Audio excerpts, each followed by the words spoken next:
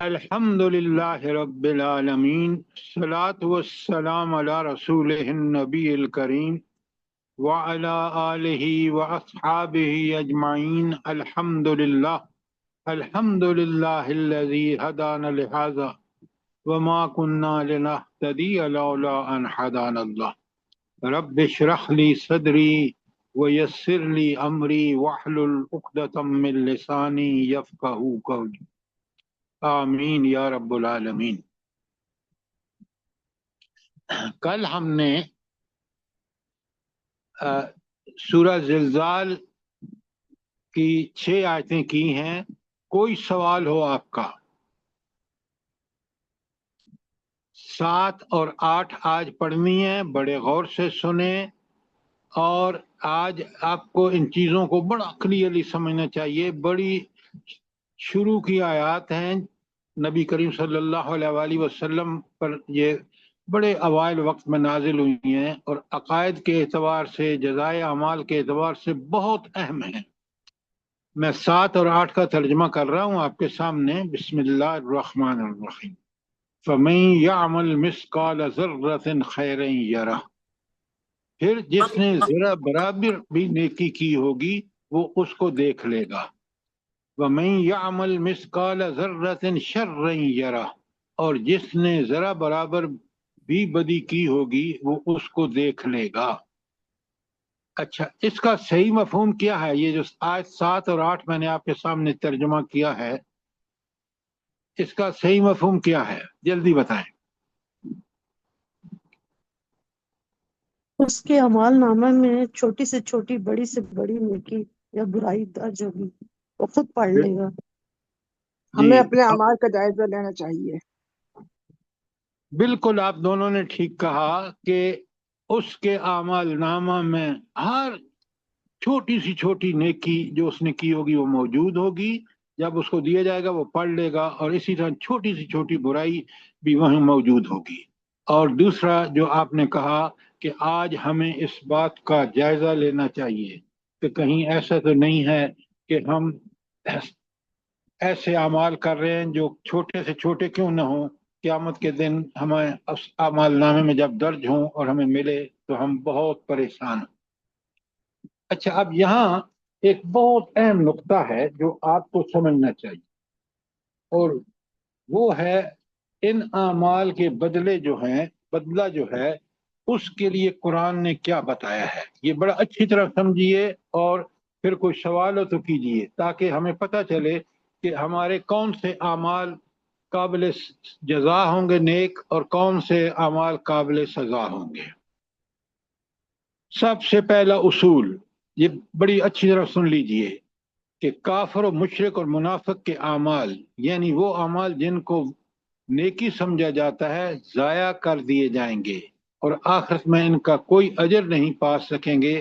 اس کا اگر کوئی اجر ہے تو وہ دنیا میں ان کو کامل دیا ان کو مل جائے گا۔ مثال کے طور پر مندرجہ ذیل آیات ہیں۔ تو پہلی بات کہ ان پکے کافروں، منافقوں اور مشرکوں کے سارے نیک اعمال جو وہ سمجھتے ہیں بڑے نیک ہیں، وہ ضائع کر دیے جائیں گے، اور ان کو کوئی اجر نہیں ملے گا۔ انہیں دنیا میں اس کا اجر مل گیا جو ملنا تھا، وہاں ان کے لیے عذاب ہی عذاب ہے۔ کوئی سوال اس حوالے سے؟ شاباش۔ اگر آیات چاہیں تو میں لکھوا سکتا ہوں جو اس اصول کے تحت ہیں، کہ آیتیں لکھوا دوں؟ جی سر، جی لکھوا دیں۔ ہاں ضرور لکھیں، اور مہربانی کر کے ان کو پڑھا کریں۔ آراف کی 147، آراف 147، توبہ 17 اور 67، 17 اور 67، ہود کی 15 اور 16، ابراہیم کی 18، سورہ ابراہیم کی آیت 18، اور کہف کی 104، 105۔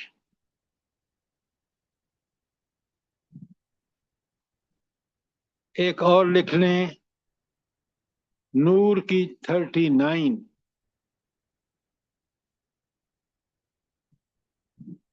تو یہ تو آیات ہو گئیں کہ کافر و مشرک اور منافق کے جو اعمال جن کو وہ نیکی سمجھتے ہیں وہ سب ضائع کر دیے جائیں گے اور آخرت میں اس کا کوئی اجر نہیں.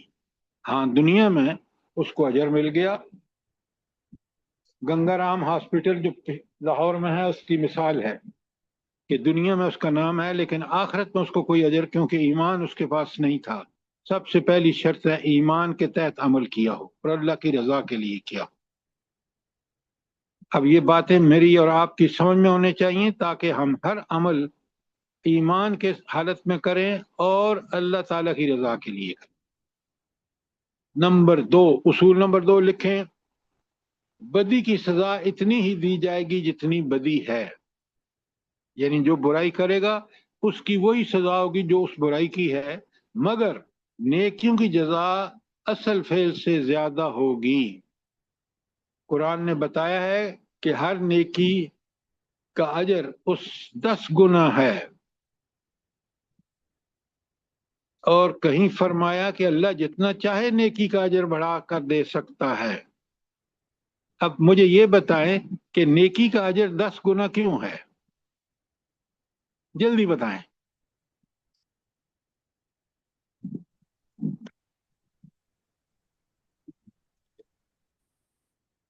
یہ کئی میں آج تاکہ پھر بھی لوگوں اللہ کے تعالیٰ جذبہ پیدا ہو اور پھر وہ اور زیادہ سے زیادہ نیکیاں کریں تاکہ اللہ سے ہم زیادہ سے زیادہ اجر لے پا سکیں. نہیں، یہ آپ کی دلیل سر جی، ٹھیک نہیں ہے. اللہ تعالیٰ قرآن میں فرماتے نا اجر عظیم دوں گا، اجر غیر ممنون دوں گا. آپ مجھے ترجمہ کیوں آیت کا بتا رہی ہیں؟ میرا سوال سمجھے پہلے آپ. سر جی میرا اسی کی سوال طرف یہ ہے کہ اجر 10 گنا کیوں اللہ تعالیٰ بڑھا کے عطا فرمائے گا؟ کیونکہ سر سوسائٹی جو ہے نا دنگے فساد سے محفوظ رہتی ہے اور امن ہوتا ہے، ایک معاشرہ ایک راستے پہ چل پڑتا ہے. سادیہ یہ بات آپ کی بڑی دور کی ہے. اصل بات یہ ہے کہ نیکی کرنے میں بڑا ایثار کرنا پڑتا ہے، بڑی قربانی دینی پڑتی ہے، بڑی باتیں سننی پڑتی ہیں. تو اللہ کے لیے کیونکہ وہ آپ سب کچھ کرتے ہیں تو اللہ اس لیے اس کو 10 گنا بڑھا کے دے گا. اب بات سمجھ میں آئی ہے کہ نہیں آئی؟ الحمدللہ، جزاک اللہ. تاکہ دیکھیں لوگ اس کا آنسر لاجیکل ہونا چاہیے اور جو سننے والا سمجھے کہ بھئی اللہ تعالیٰ نیکی کا 10 بڑا کیوں دے رہا ہے. کیوں؟ آپ دیکھیں لوگ سو رہے تھے وہ تہجد پڑھ رہا ہوتا ہے اللہ کی رضا کے لیے، کتنی بڑی بات ہے. تو اللہ ایسی نیکی کا 10 گنا بلکہ جو جتنا چاہے گا اجر دے گا. ڈیپینڈ کرتا ہے کہ ان کن مشکل حالات میں. اب آپ دیکھ لیں جو شخص شہادت حاصل کرتا ہے، شہید ہو جاتا ہے، اللہ تعالیٰ اس کو کیسے درجے عطا فرماتے ہیں. آپ ذرا اس کے لیے آیاتیں لکھیں تاکہ آپ کو پڑھ لیں اور سمجھ لیں. بقرہ کی 261، انعام بقرہ کی 261، انعام کی 160، سورہ یونس کی آیت 26 اور 27، سورہ نور کی آیت 38،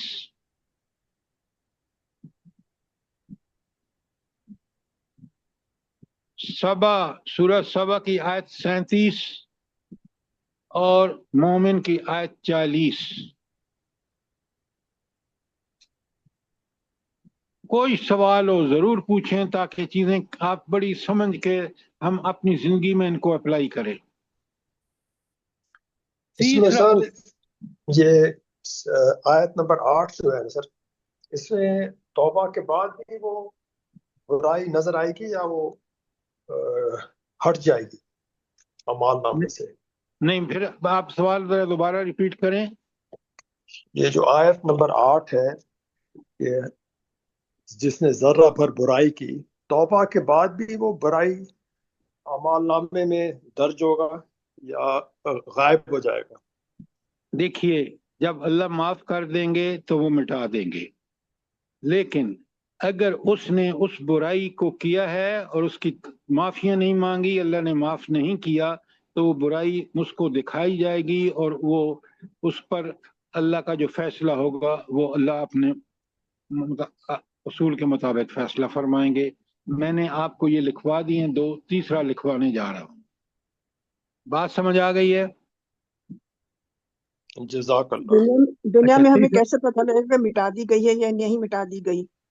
اوہو، اگر آپ سچی توبہ کریں گے اور آپ سارے گناہوں کو چھوڑ کے نیکیوں کی فکر میں لگ جائیں گے، نیکیاں کریں گے، آپ کو دنیا میں اللہ تعالیٰ آپ کے ایمان، آپ کے دل کو ایسا سکون عطا فرمائے گا کہ آپ بالکل سمجھ جائیں گے.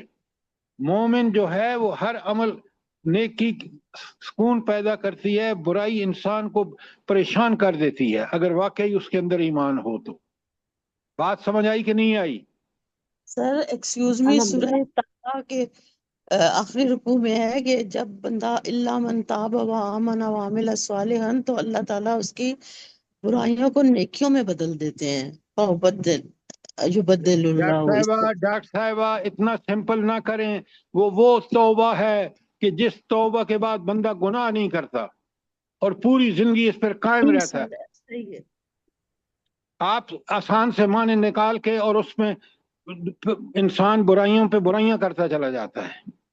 وہ توبہ ہے، وہ توبہ ہے جس توبہ کے بعد انسان بالکل صراط مستقیم میں چل دیتا ہے اور برائیوں سے مکمل اجتناب کرتا ہے اور اچھائیوں میں سبقت کرتا ہے. پھر اللہ تعالیٰ وہ موقع ہوتا ہے جب اللہ تعالیٰ اس کے وہ برائیوں کو بھلائیوں میں تبدیل کر دیتے ہیں.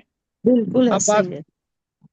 ہاں تو پھر آپ اتنی سمپل مت بتائیں نا. مولوی صاحب یہی بتاتے ہیں اور لوگ گناہوں پہ توبہ، رشوت لیتے ہیں، کہتے ہیں ہم اس میں سے کچھ حصہ نکال دیں گے اللہ معاف کر دے گا. تو اس طرح کی بات نہ کیا کریں جس میں لوگوں کو اپنے غلط اعتقاد بالکل کلیئر کٹ قرآن اور سنت کا نقشہ وہ بتائیں، نقطہ نظر. اب ذرا تیسرا جو اللہ کا سر اصول. جی ایک سوال، سر جی جی ایک سوال ہے یہاں. یہ جو بھی بات ہوئی اسی پر کہ سر جی وہ ایسا بھی ہوتا ہے کہ اللہ تعالیٰ برائی جو ہے وہ اس کو توفیق ہی نہیں ملتی کرنے کی اور نیکیاں کرنے کی زیادہ سے زیادہ توفیق ملتی ہے، یہ بھی شکل ہو سکتی ہے؟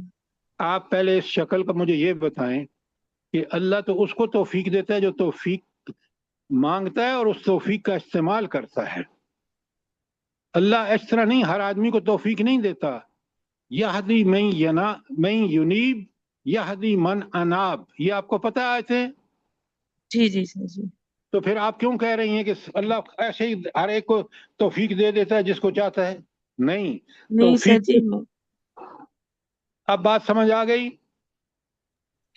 سر جی میں وہ صرف یہ پوچھنا چاہ رہی ہوں کہ بدی کو جیسے مٹ جاتی ہے، یہ سوال جو ہوا تھا اس کے اوپر پوچھنا چاہ رہی ہوں کہ کیا وہ جو برائی ہے اس کی توفیق اس کو نہیں ملتی جب وہ مطلب کہ کرنے کی کوشش کرتا ہے اور اچھائی توفیق کی طرف نہیں ملتی، یہی پھر آپ غلط بات کر رہی ہیں. توفیق اس کو نہیں ملتی جو کوشش کر کے توفیق اللہ سے دعائیں مانگتا ہے. یہ توفیق ٹھیک ہے، ایسے نہیں مل جاتی ہر ایک کو. ٹھیک ہے سر جی، جزاک اللہ خیر. اچھا، اب آخری تیسری بات، مومن اگر بڑے بڑے گناہوں سے پرہیز کریں گے تو ان کے چھوٹے گناہ معاف کر دیے جائیں گے. وجہ کیوں؟ کہ وہ بڑے گناہوں سے بچ کے اور چھوٹے گناہ کیونکہ معافیاں مانگتے رہتے ہیں. ہر نماز کے بعد اللہ اکبر، فرض نماز کے بعد استغفر اللہ استغفر اللہ استغفر اللہ 3 دفعہ کہتے ہیں. پھر جب وہ پڑھتے ہیں سورہ آیت الکرسی تو اللہ کا وعدہ ہے کہ جو شخص دائمی اس کی روٹین ہوگی اور پھر وہ استغفار سید الاستغفار پڑھتا ہے تو ہر نماز میں مومن جب معافیاں مانگتا ہے تو جب برے گناہوں سے بچتا ہے تو چھوٹے گناہ توبہ سے اس کے معاف ہو جاتے ہیں. اس کے لیے لکھیں آیات سورہ نساء کی 31. سر جی یہ اصول نمبر 3 بتایا ہے آپ نے؟ جی 3 بتایا ہے بالکل، کہ بڑے بڑے گناہوں سے پرہیز کریں تو اللہ تعالیٰ چھوٹے گناہ معاف کر دے گا کیونکہ اس نے توبہ کی. سورہ نساء کی 31، سورہ شورا شین و رے چھوٹی یہ اور کھڑا زبر، سورہ شورا کی آیت 37 اور سورہ نجم کی آیت سورہ نجم آیت 32.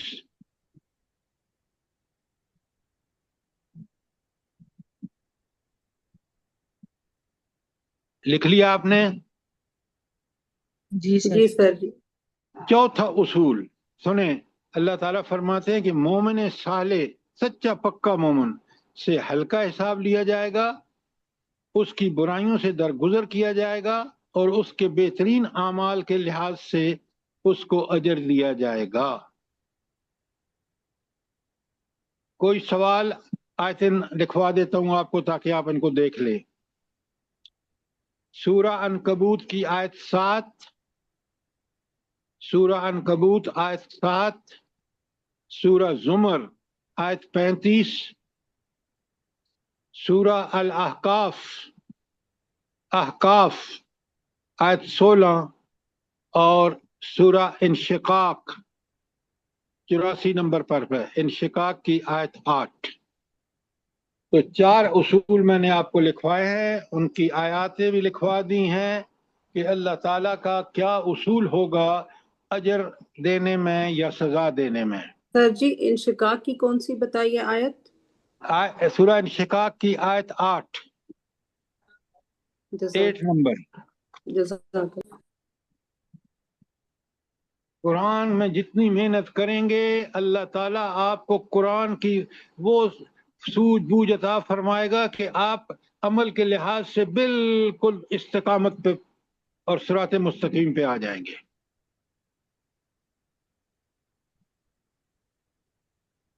اب یہ تو میں نے آپ کو بتا دیا قرآن. اب آئیے احادیث میں تاکہ ہم بالکل بات کو سمجھ لیں اور نیکیاں کرنے میں جلدی کریں اور برائیوں سے بچیں.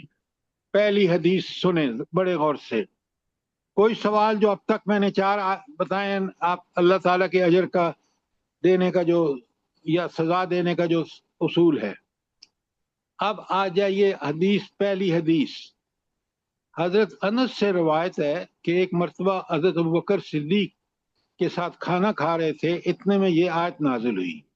کون سی آیت؟ جو ابھی ہم نے پڑھی ہے، سورہ زلزال کی 6، 7 اور 8.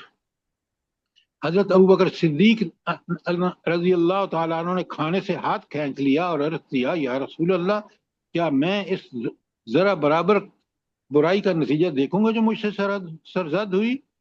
بڑے غور سے سنیں. حضور نے فرمایا، اے ابوبکر، دنیا میں جو معاملہ بھی تمہیں پیش آتا ہے جو تمہیں ناگوار ہو تو وہ ان ذرا برابر برائیوں کا بدلہ ہے جو تم سے صادر ہوں، اور جو ذرا برابر نیکیاں بھی تمہاری ہیں انہیں اللہ تعالیٰ آخرت میں تمہارے لیے محفوظ کر دے گا.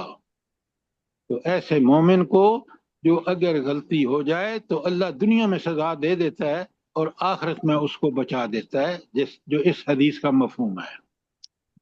یہ بہت ساری کتابوں میں حدیث کی کتابوں میں روایت ہوئی ہے.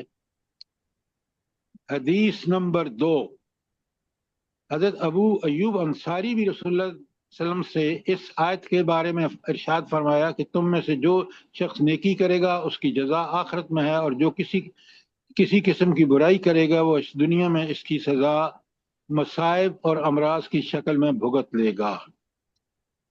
تو یعنی مومن کے ساتھ اللہ کا معاملہ یہ ہوتا ہے کہ اس برائی کا جو اس نے کی ہے وہ اس کا وبال دنیا میں کسی تکلیف یا مصیبت یا کسی بیماری کی شکل میں وہ بھگت لیتا ہے. حدیث نمبر 3، قتادہ نے حضرت انس کے حوالے سے رسول اللہ صلی اللہ علیہ وسلم کا یہ ارشاد نقل کیا ہے کہ اللہ تعالیٰ مومن پر ظلم نہیں کرتا، دنیا میں اس کی نیکیوں کے بدلے وہ رزق دیتا ہے اور آخرت میں اس کو جزا دے گا. رہا کافر تو دنیا میں اس کی بھلائیوں کا بدلہ چکا دیا جاتا ہے، پھر جب قیامت ہوگی تو اس کے حساب میں کوئی نیکی نہ ہوگی. وہ میں آپ کو اصول بتا چکا ہوں قرآن کا، بالکل عین اس کے مطابق.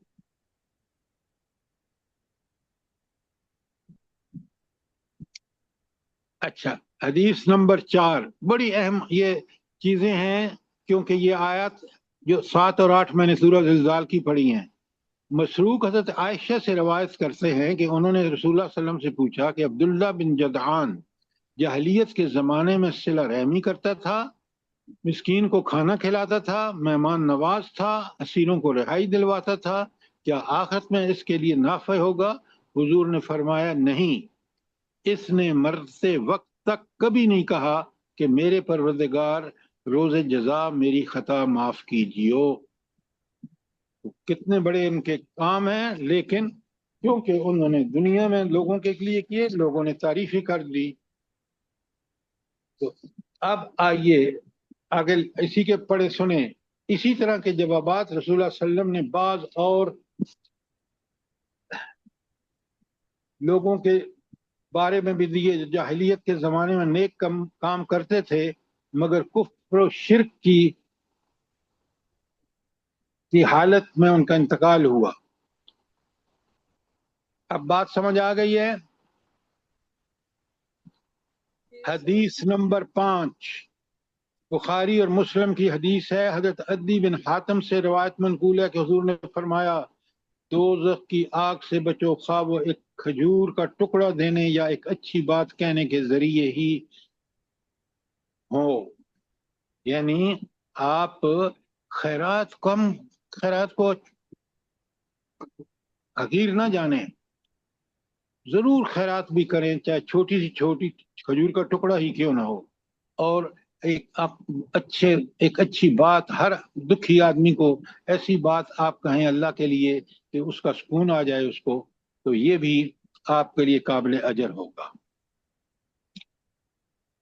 انہی حضرت عدی سے صحیح روایت میں حضور کا یہ قول نقل ہوا ہے کہ کسی نیک کام کو بھی حقیر نہ سمجھو۔ بڑی اہم بات، کسی نیک کام کو بھی حقیر نہ سمجھو، خواہ وہ کسی پانی مانگنے والے کے برتن میں ایک ڈول ڈال دینا ہو، یا یہی نیکی ہو کہ تم اپنے بھائی سے خندہ پیشانی کے ساتھ پیش آؤ۔ اب دیکھیں، لوگوں سے جب بھی ملیں اللہ کے لیے ہنستے ہوئے، مسکراتے ہوئے اور اللہ کا شکر ادا کرتے ہوئے۔ آگے سنیں، بڑی پیاری حدیث ہیں، آپ خاص کر خواتین کے لیے۔ بخاری میں حضرت ابو ہریرہ کی روایت ہے کہ رسول اللہ صلی اللہ علیہ وسلم نے عورتوں کو خطاب کر کے فرمایا، اے مسلمان عورتوں، کوئی پڑوسن اپنی پڑوسن کے ہاں کوئی چیز بھیجنے کو حقیر نہ سمجھے، خواہ وہ بکری کا ایک کھر ہی کیوں نہ ہو۔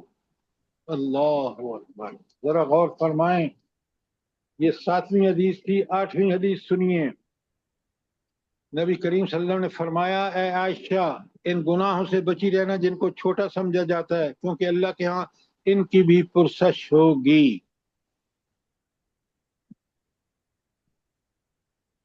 پھر فرمایا، مسند احمد میں حضرت عبداللہ بن مسعود کا بیان ہے، نبی کریم صلی اللہ علیہ وآلہ وسلم نے فرمایا، خبردار چھوٹے گناہوں سے بچے رہنا، کیونکہ وہ سب آدمی پر جمع ہو جائیں گے یہاں تک کہ اسے ہلاک کر دیں گے۔ تو یہ چھوٹے چھوٹے گناہ کرتے رہنا اور توبہ نہ کرنا اور بڑے گناہوں میں بھی ملوث ہونا کتنا نقصان دہ ہے۔ ہم نے آج سورہ زلزال ختم کی ہے اور مجھے یقین ہے کہ آپ نے اس کو بہت اچھی طرح سمجھا ہوگا، اور دیکھیں کہ آخرت کس قدر، وہ منازل آخرت کی کتنی مشکل ہوں گی، اور دنیا میں اگر اللہ تعالی ہمیں توفیق عطا فرمائے کہ ہم بہترین عمل کریں اور توبہ استغفار کو اپنا دیکھیں نا، حضور کا یہ کتنا پیارا عمل ہے۔ اب سمجھ آتی ہے جب ہم خود کرتے ہیں نا، کہ فرض نماز کا سلام پھیرتے ہی آپ فرماتے اللہ اکبر، پہلے کبریائی کا اعلان، پھر استغفر اللہ استغفر اللہ استغفر، 3 دفعہ یہ آپ اپنا روٹین بنا لیں، تاکہ اس استغفار کا نماز کے فوراً بعد اگر ہم شعوری طور پر کر رہے ہیں تو انشاءاللہ گناہوں میں بچنے کے لیے یہ چیز بڑی ممد و معاون ثابت ہوگی۔ کوئی سوال سورہ زلزال کے بارے میں؟ سر جی، یہ جو چھوٹے چھوٹے گناہ ہیں ان کی تھوڑی وضاحت کریں کہ بعض اوقات انسان کر رہا ہوتا ہے اور اس کو سمجھ نہیں آ رہی ہوتی کہ یہ غلط کام کر رہے ہیں۔ تو پھر وہ مومن کیسا ہے؟ اس کو یہی نہیں پتا کہ کبیرہ گناہ کیا ہیں اور صغیرہ گناہ کیا ہیں۔ نہیں پتہ ہے میں آپ کو لسٹ بھیج دیتا ہوں جی۔ کہ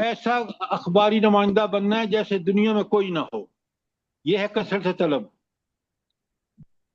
اور اکثریت مال کی طلب، اولاد کی طلب، عہدے کی طلب، ڈگریوں کی طلب اس میں لگی ہوئی ہے. تو تکاثر کے بعد کہ کثرت طلب کس میں، وہ خالی چھوڑ دی اللہ نے، کیونکہ دنیا میں ٹرینڈ یہ ہے کہ کوئی کسی میں انٹرسٹڈ ہے، کوئی کسی چیز میں انٹرسٹڈ ہے، کوئی شراب کا رسیہ ہے، کوئی پتہ نہیں کن کن برائیوں میں ملوث ہے. یہ ہے اس کا کمال. الہاکم التکاثر، تمہیں غافل کر دیا کثرت طلب نے. اب کثرت طلب کس چیز کی وہاں نہیں لکھا. اب بات سمجھ آئی ہے کہ نہیں آئی؟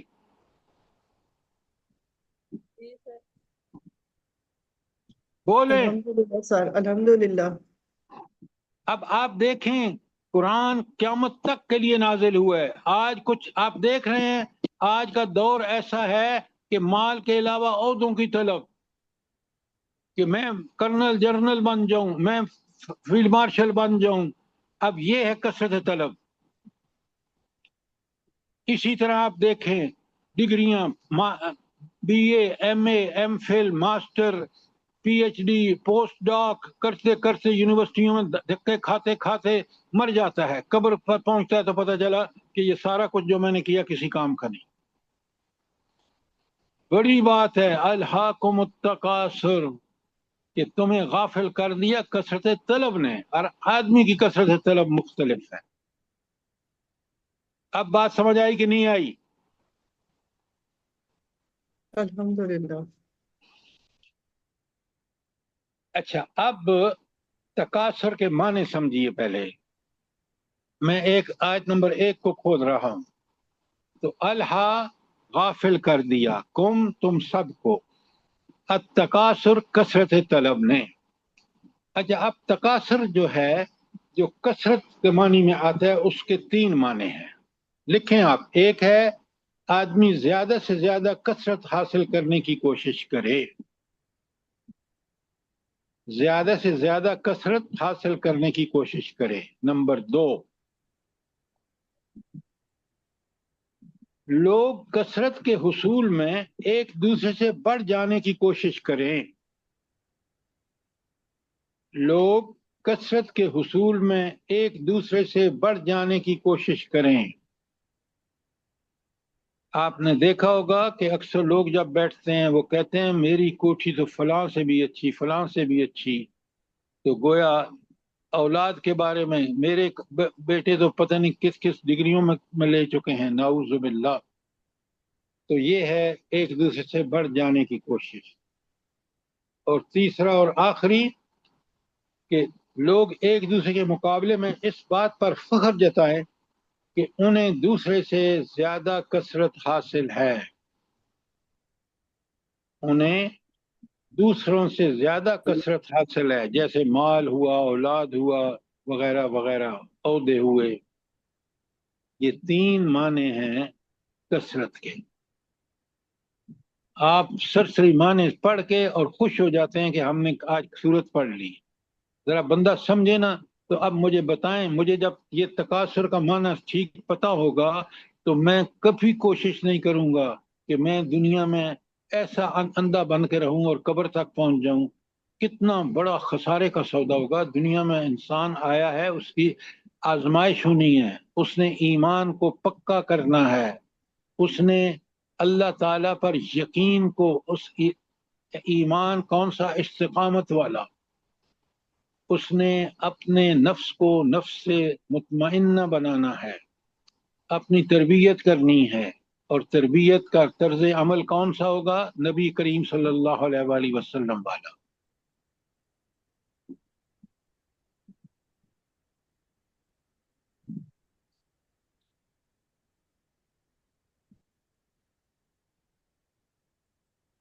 اچھا،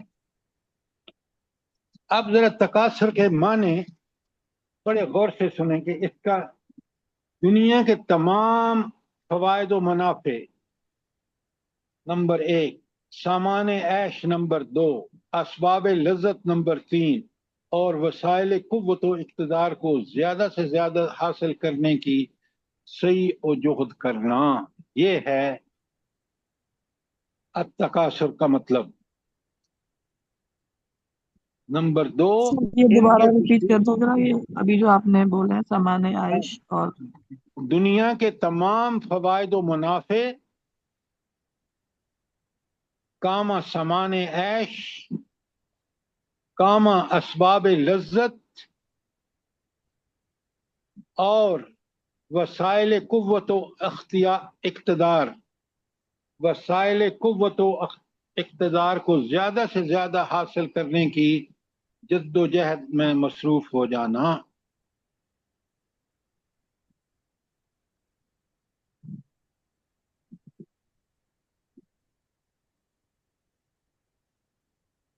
آج آپ دیکھ لیں، مسلمانوں کو دیکھ لیں، حکام کو دیکھ لیں، کتنی بدبختی ہے۔ غور کریں کہ ہماری مائیں بہنیں بچے بوڑھے غزہ میں شہید ہو رہے ہیں، ہم مظاہرے نہیں کر سکتے۔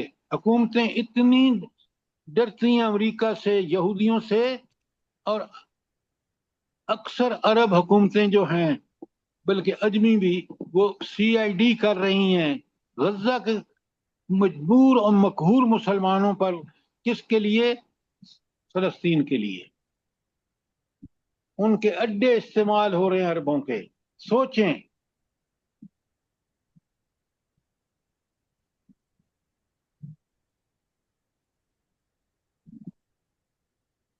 یہ تو تھے نا سارے کے فوائد و منافع ہوں، سامان عیش ہو، اسباب لذت ہوں، قوت و اقتدار کے وسائل ہوں، پھر دوسرے حصول سے بڑھ جانے کی کوشش کرنا، یہ بھی تکاثر ہے۔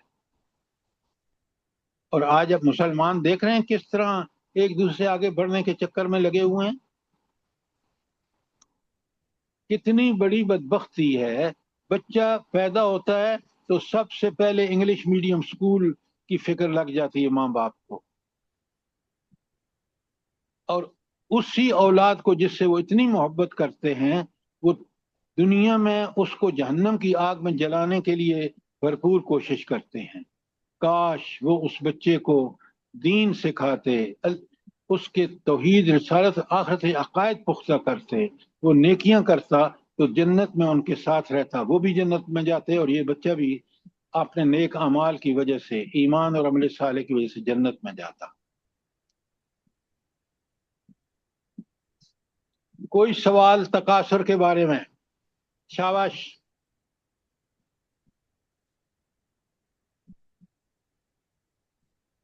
اب یہ جو الہاکم، تمہیں غافل کر دیا، لکھے نمبر 1، اللہ تعالیٰ سے غافل ہو گئے۔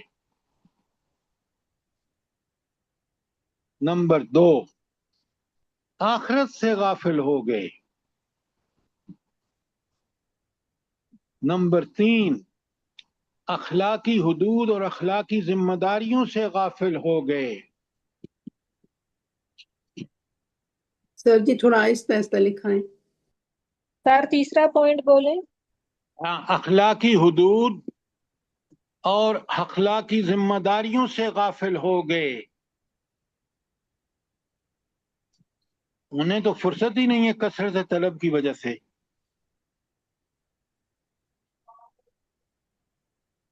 تین لکھ لیا۔ نمبر 4، حقوق العباد اور حقوق اللہ سے غافل ہو گئے۔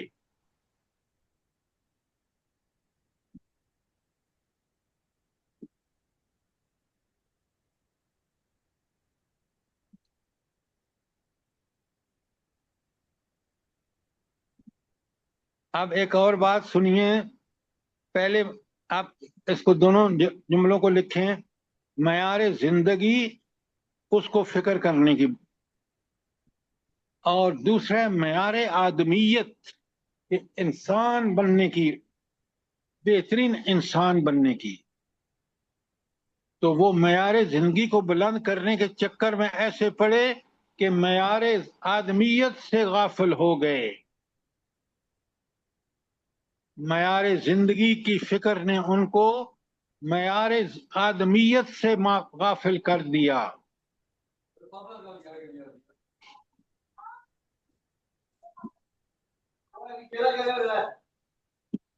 کبھی آپ نے ان چیزوں پر غور کیا ہے کہ اس آیت کو پڑھتے وقت